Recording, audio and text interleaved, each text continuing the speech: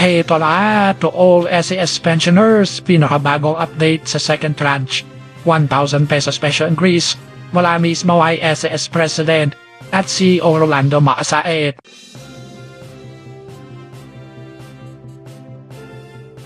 Pagbati sa ating mga viewers, kahapon ang Philippine SSS ay nagkaroon ng isa pa stakeholders forum.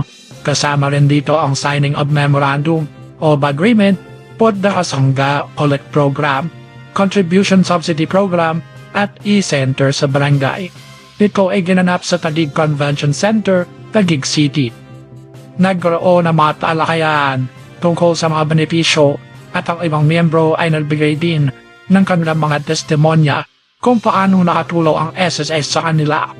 Nagkaroon din ng question and answer portion at isa sa mga natanong ay ang tungkol sa iniintay na second tranche, 1,000 pesos special increase at ito ay pinahunlakan ng mga sagutin ni SS President at CEO Rolando Maasaet. Panoorin at pakinggan natin itong mabuti para maintindihan. Yung 1,000 pang natitira na ibibigay para sa mga pensioner na seniors. Eto, makinig kayo ng mabuti. Kasi ako po ay hindi politiko, hindi ako bolero. Okay lang naman.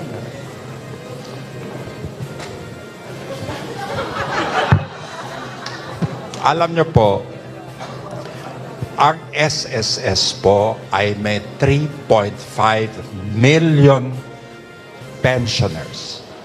43 million miyembro. 3.5 million po pensioners. Klaro na sa inyo? Sa 1,000 po, ang gastos ng SSS, 3 million times 1,000 po. Magkano po? 38 billion. 3.5 billion po a month. Okay? Sa isang taon ho, kasi may bonus kami. So times 13, roughly po, ang 1,000 piso na binibigay ko po kasi pensioner din ako ay ang gastos, ang lumalabas na pera po ay 45 billion a year. Naintindihan nyo na po ang epekto? In 10 years po, 450 billion pesos ang lalabas. Naintindihan nyo na? Klaro na po sa inyo. Kaya po, ang pagbibigay ng 1,000 ay kailangan masusing pag-aaral talaga. Ngayon, naintindihan nyo na po? Kasi po, hindi po ako madamot. Tanungin nyo po sa kanila. Ako yata po ang pinakagastador na presidente ng SSS. Pero po, binabalanse ko the financial viability, ibig sabihin ang safety po ng SSS.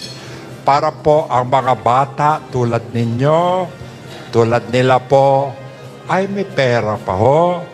Kasi po kung in 10 years gagasta ako ng 450 billion, sir, hindi naman po maliit ang 400. Sana po naintindihan nyo na ngayon yung 1,000. Kasi ang dating po maliit.